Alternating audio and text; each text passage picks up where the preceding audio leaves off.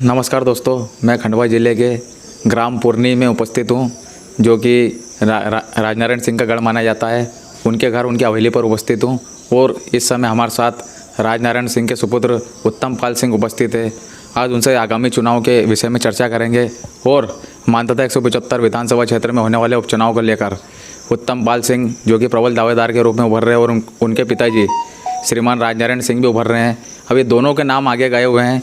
इसमें से कांग्रेस प्रत्याशी किसका नाम आगे आता है कांग्रेस प्रत्याशी में, इनसे इसी विषय को लेकर और प्रबल दावेदार के रूप में जो उत्तम पाल सिंह भी उभर रहे हैं, इनसे चर्चा करेंगे।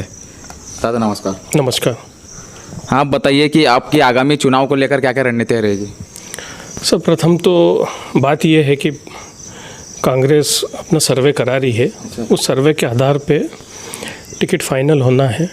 कमलनाथ जी बहुत बारीकी से इस पे ध्यान दे रहे हैं और जहाँ तक ऐसे उम्मीद है कि हमारे घर में टिकट आना चाहिए, या तो राजनारायण सिंह जी को मिलता है या मेरे को मिलता है। बाकी सब चीज़ें तो अब जब तक ऑफिशियल डिक्लेरेशन नहीं होता है तो इसमें कुछ कहना तो अभी वो नहीं है कि क्या होगा, क्योंकि उपचुनाव है। उपचुनाव में तो पार्टी तय करती है कि टिकट किसको मिलेगा और कौन चुनाव लड़ेगा। पार्टी का जो निर्णय होगा उस हिसाब से फिर हम आगे काम करेंगे। यदि दादा आप चुनाव में आपकी जीत हासिल होती है टिकट मिलने के बाद, तो जनता के विश्वास में खरे उतरने के लिए आपकी क्या योजनाएं रहेगी। देखिए, काफ़ी लंबे समय से हम, आप जैसे भीड़ के हैं, हम लंबे समय से थर्मल पावर में लोकल लोगों के रोज़गार के लिए हमने काम किए, आंदोलन भी किए हैं, लोकल लोगों को काफ़ी लगाया भी है। हनुमंतिया टापू है, वहाँ पे भी लोकल लोगों को रोज़गार के लिए जो हम कर सकते हमने वो किए हैं। और बाकी जैसे मछली का ठेका होता है, उस ठेके में जो ठेकेदार की दादागिरी है, जो मछली के जो संघ बने हुए हैं उनके साथ जो नाइंसाफ़ी करते हैं, तमाम चीज़ें हैं जो बेसिक चीज़ें हैं, उस पर ध्यान देने की ज़रूरत है। अगर कांग्रेस पार्टी विश्वास जताती है तो निश्चित जीत के भी आएंगे और इन सब चीज़ों पे काम करने, बुनियादी चीज़ों पे काम करने की ज़रूरत है, क्योंकि ये ऑलरेडी ये एरिया डेवलप एरिया है। या थर्मल पावर की 2020 मेगावाट बिजली यहाँ Sant Singaji mega thermal power plant से बन रही है। 1000 मेगावाट जो है नर्मदा सागर डैम से बन रही है, इंदिरा सागर डैम से, और 520 मेगावाट जो है ओमकारेश्वर से बन रही है। तो ये प्रोजेक्ट एरिया रहा है, इसलिए शुरू से हमारी प्राथमिकता भी रही है। हमने यहाँ लोकल लोगों के लिए काफ़ी लड़ाई भी लड़ी है और यही सब कारण है कि लोग हमें विश्वास भी जताएंगे। दादा एक विषय और है कि जनता आपको मतलब स्नेह प्यार भी करती है और आप पे विश्वास भी करती है। तो जो आसपास के गांव में जो सरपंच है जो भ्रष्टाचार कर रहे हैं, जैसे जो भी निर्माण कार्य के लिए जो भी राशि स्वीकृत होती है आगे सरकार की योजना तरफ से, तो उसमें सरपंच सचिव भारी मात्रा में भ्रष्टाचार कर रहे हैं, कोई भी विकास कार्य करवाते नहीं है। तो इसमें आप देखिए, विधायक का जो है सरपंच सचिव के लेवल का काम नहीं रहता है, ये तो छोटे लेवल का काम है। विधायक लेवल का तो पॉलिसी मेकिंग बड़ा काम है, उस पर ध्यान देने की ज़रूरत है। और जो लोग गलत कर रहे हैं तो उसका एक सिस्टम तरीका है, उसमें उन पर कार्रवाई होना चाहिए। बहुत नीचे लेवल पे जाके इस संबंध में बात करना आज की तारीख में उचित नहीं है। जो गलत कर रहा है उसको दंड देना का काम है, वो समय के हिसाब से होगा। आज उस संबंध में कोई बात करना उचित नहीं है। एक सवाल और दादा, जो आजकल युवा बहुत से मतलब बड़ी बड़ी डिग्री BE पॉलिटेक्निक ITI लेकर घूम रहे हैं, उनके लिए कुछ रोज़गार उपलब्ध कर कि जन्म दिवस को बेरोज़गार दिवस के हिसाब से जैसे मनाया गया युवक कांग्रेस के माध्यम से, हम तो पिछले 10 साल से यहाँ देख रहे हैं। कोई मैकेनिकल इंजीनियर आया है, कोई इलेक्ट्रिक इंजीनियर है, ये उनकी क्या स्थिति है। और ख़ासकर कोरोना काल में जिनकी नौकरियाँ बाहर थी, कोई आयसर में काम कर रहा था, कोई पीतमपुर में काम कर रहा था, कोई इंदौर में काम कर रहा था, आज सब घर बैठे हैं। एक बंदा पुरनी का ही है जो मॉल में काम कर रहा था, वो आज मजदूरी कर रहा है। तो ये सब चीज़ें तो है, दिक्कत है।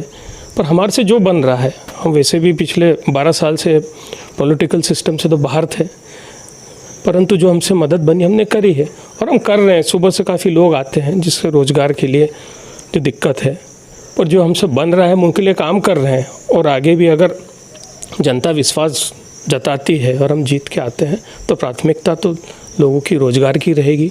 जैसे यहाँ पे फ्लाई ऐश का काफ़ी भंडारण है, हमारी प्राथमिकता ये रहेगी कि यहाँ पैकेजिंग यूनिट आए, चूँकि राख यहाँ पे है, क्लिंकर बाहर से आए, सीमेंट जो फैक्ट्री यहाँ पे पैकेजिंग यूनिट डले और क्लिंकर और यहाँ से ऐश मिक्स होके जाए, उसमें काफ़ी लोगों को रोज़गार मिलेगा।